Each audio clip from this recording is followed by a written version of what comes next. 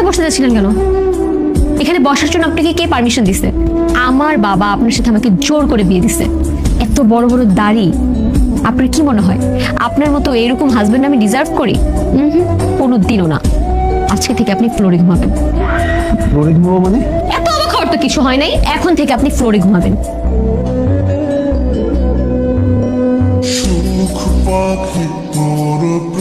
এই যে উঠুন। আপনি আমার গায়ে টাচ করলেন কেন?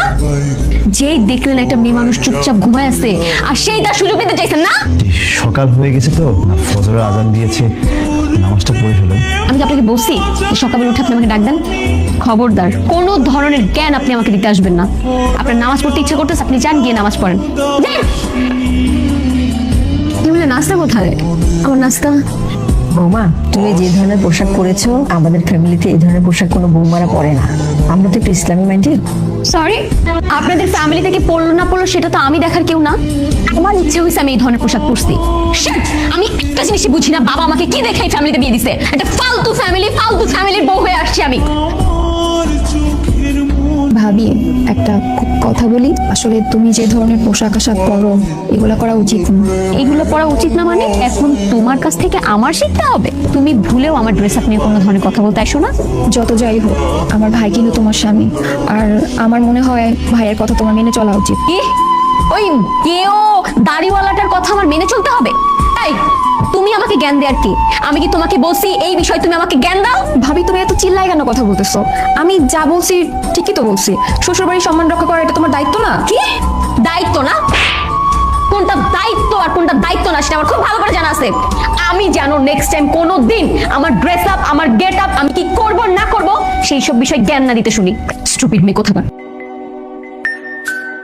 কি তোর ভাবি তোর গায়ে হাত তুলছে না? তোর ভাবি বেশি হয়ে গেছে, অনেক বাড়াবাড়ি করতেছে। থাক, আমি দেখছি। আপনি আমেনার গায়ে কেন হাত তুললেন? কাজটা আপনি একদম ঠিক করেন নাই।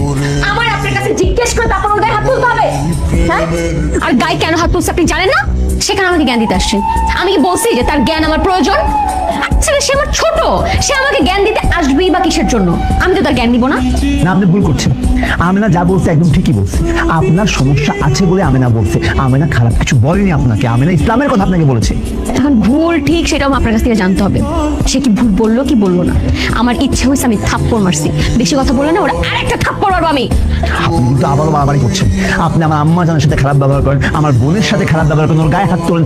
আপনি কিন্তু আপনার সীমা লঙ্ঘন করছেন। আল্লাহ তাআলা কিন্তু সীমা লঙ্ঘনকারীকে পছন্দ করেন না। হ্যাঁ, আপনি আমাকে এত জ্ঞান দিচ্ছেন কেন? আমার লাইফে আমি সব থেকে হেট করতাম আপনার মতো টাইপের মানুষদেরকে, আর সেই মানুষ কিনা আমার হাজবেন্ড হয়েছে। হাজবেন্ড বলতেছি কেন? আমার তো লজ্জা লাগতেছে আপনাকে আমার হাজবেন্ড বলতে। বিয়ের প্রথম রাতে আপনি আমাকে বলেছেন যে আমি যাতে আপনাকে স্পর্শ না করি, স্বামীর অধিকার আদায় করতে না আসি। আমি কিন্তু আপনার কাছে আসিনি।